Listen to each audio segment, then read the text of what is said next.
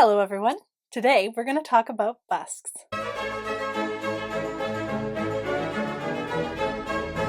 So, what is a busk? For those of you that don't know, they are the rigid element of a corset or stays at the center front of the garment. At least that's how the dictionary defines it. There are two categories of busks, and they are the single-piece busk and the two-piece or split busk. Before the split busk was invented in the 1800s, the single busk was used in stays and corsets and bodies as early as the 1600s. The single busk could be made out of either wood, ivory, bone, baleen, or even metal, and they could be very decoratively carved. It wasn't unusual for a man to carve designs or messages into a busk and present it to his beloved as a token of his love. And you can see many of these busks with a quick online search. Some of them are insanely detailed. They're just beautiful. And you can probably guess that some of these busks had some risque messages carved into them. A metal busk given to the 17th century French Princess Anne-Marie Louise d'Orleans, I hope I pronounced that correctly, had this message inscribed on it. "How I envy you the happiness that is yours, resting softly on her ivory white breast. Let us divide between us, if you please, this glory.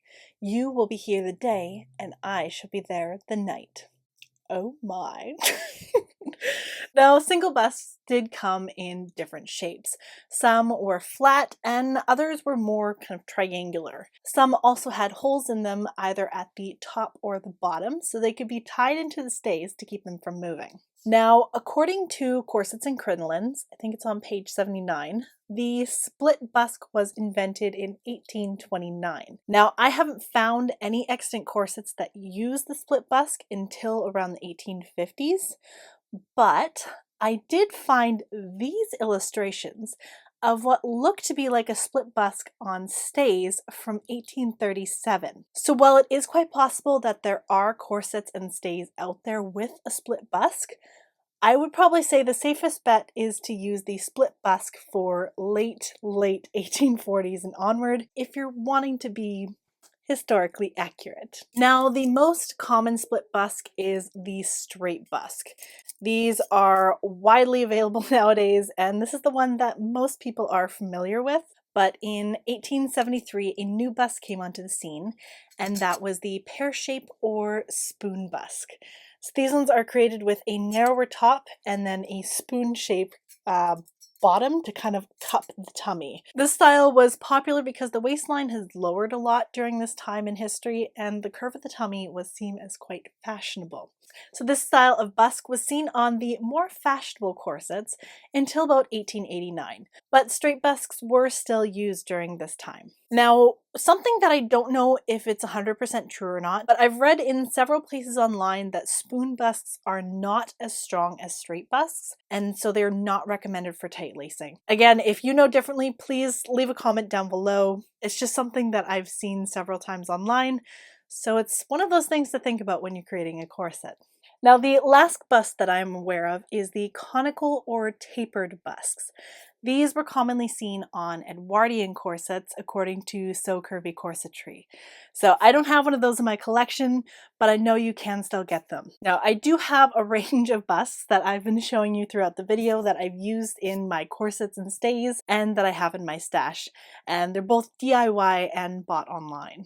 I've made a simple straight single busk for my Regency short stays from a paint stick that I cut to the right length, rounded the corners, and it worked great. I think I've been using it for over a year now, and it's still going strong. I have also used a wooden ruler for the longer length needed for Regency stays because the paint sticks just weren't quite long enough. So for a store-bought option, you can get straight and curved busks from Red Threaded. I got one of the curved busks in my collection, and this is for a project that I've slowly been gathering materials for. Now, straight busks come in many different lengths, and they also come in different widths if you're looking for more support for the center front.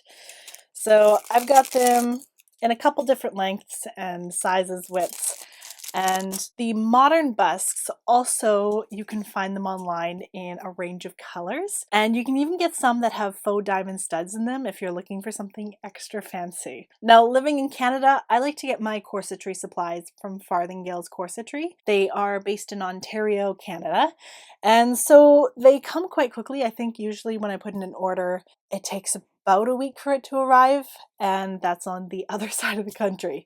So definitely recommend Farthingales. Also not sponsored, I just love shopping with them. So that is all I have for you today, and I hope you enjoyed this short little video. I am trying to mix things up just a little bit so I can continue letting my wrist heal. So there will be a few more non-sewing videos coming up in the future, just to kind of give you a heads up. Let me know what you thought of today's video, and I hope you have a lovely day, and I'll see you next time.